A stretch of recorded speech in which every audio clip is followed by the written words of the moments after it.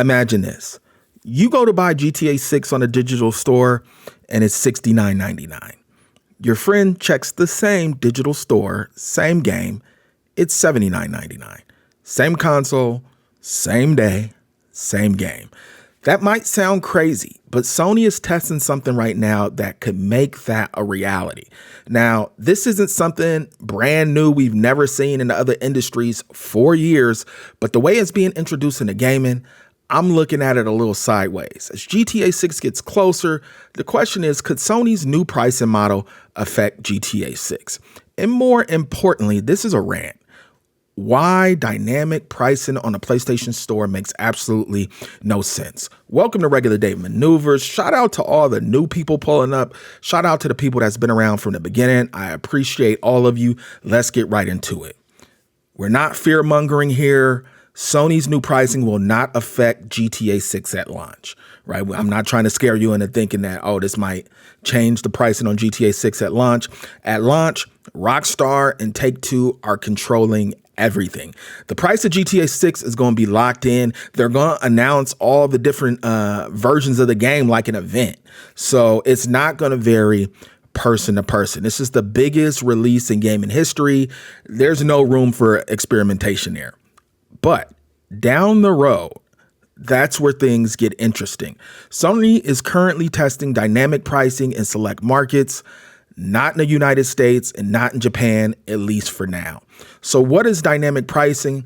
At its core, dynamic pricing means the price of a product can change based on different factors, and not everyone may see the same price. Now, here's where I want to clean some things up, right? Because I had to do a deep dive on dynamic pricing. Dynamic pricing is not just supply and demand. That's just one version of it, right? And that's the version we're most familiar with. I'll give you examples, little short examples, but that's the version that we kind of go to the most. But dynamic pricing is anything that may change the price. Anything. It could be demand trends. It could be the time of your purchase, right? That's the one we get in transportation often. It can be the location or the region of maybe an event you're going to. It could be, which is diabolical, user behavior, right? They could narrow it down to you specifically, or your purchase history, which sounds like a terrible consumer practice, but they can narrow it down to purchase history. They can dynamically shift the price and use A/B testing, basically testing what people are willing to pay for a said item. So it gets a lot deeper than just more demand equals higher price. The things we think of is like transportation, right? The longer you wait to book something, the higher the flight is, or, you know, the earlier you book your train ride, the cheaper you get it. We think of demand, right? More demand, scarcity, higher price. That's what we're familiar with. But these companies are getting advanced, and they're using other things to determine the prices of items. And as they get more advanced, they're narrowing down even more on who sees what price. Now, here's where I start to raise an eyebrow to Sony's dynamic pricing. The system that makes sense is I get the limited supply system, right?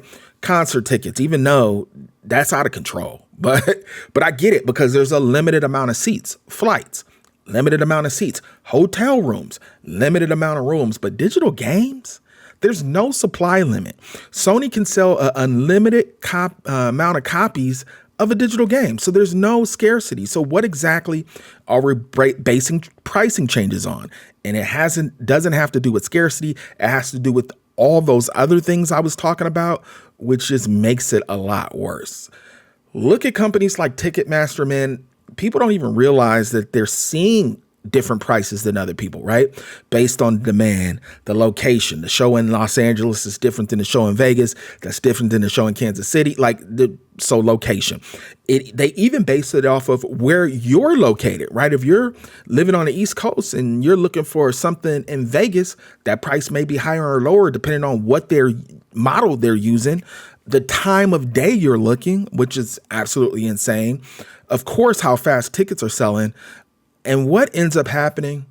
People end up paying wildly different prices for the same experience. And let's just be real. Those systems never end up benefiting the consumer long term. Now, GTA 6 at launch, nothing changes. Rockstar is not letting anyone mess with the rollout of GTA 6. The price reveal for itself is going to be a moment. Standard edition, fan edition, deluxe edition, whatever they call it, it'll be fixed.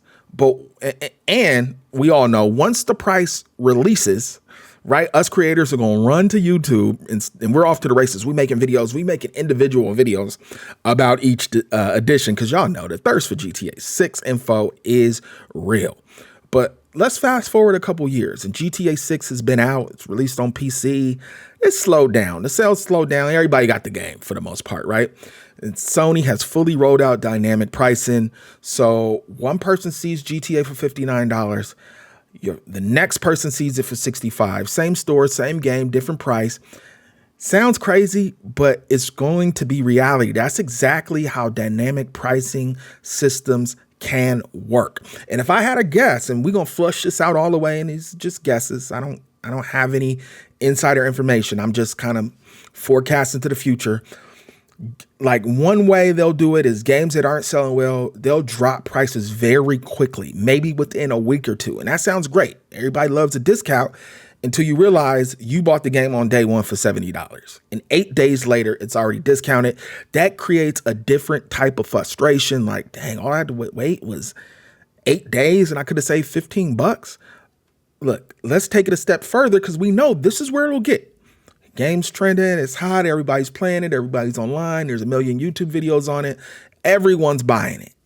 Instead of the game going on sale, because why would it go on sale? It's selling at the price it's at right now. The price goes up. That's dynamic pricing, right? Demand, right? And it's a digital game, but everybody's buying it, everybody's playing it, and your $69.99 becomes $74.99 or even higher because the demand has spiked. And again, things like this are already happening in other industries. I went to WrestleMania in Vegas last year, and the whole week for Uber was surge pricing. Because of the amount of people was there, the prices have automatically gone up, right? So the minimum price for an Uber was like $30, no matter where you were going. I was booking an Uber down the street, and it was $30. I was like, let me check the taxi stand, and it was $12. So what I'm saying is not far-fetched. Prices will go up. It's not just about discounts from these companies that they make you believe at the beginning. Look, at the end of the day, here's the problem. Gaming has always had one simple rule. The price is the price. If there's a sale, everyone gets the sale. That's the way it should be. With dynamic pricing, that consistency disappears. Not everyone gets the same deal. Not everyone gets the same price. And it just starts to feel unfair. Now, I've thrown the word unfair out of my vocabulary. As an adult, I feel like you shouldn't even use that word because you could just literally go your whole life saying that's unfair. That's not fair. That's not fair, right? Life ain't fair. So I try not to say it, but I absolutely despise things that are anti-consumer. And no matter how companies try to spin it, dynamic pricing always starts as a benefit to consumers, right? A discount here, and then it slowly shifts. Let me know what you guys think about dynamic pricing. Let me know if I'm off base here. Get active in the comments, and I'll get at you guys another time. Peace.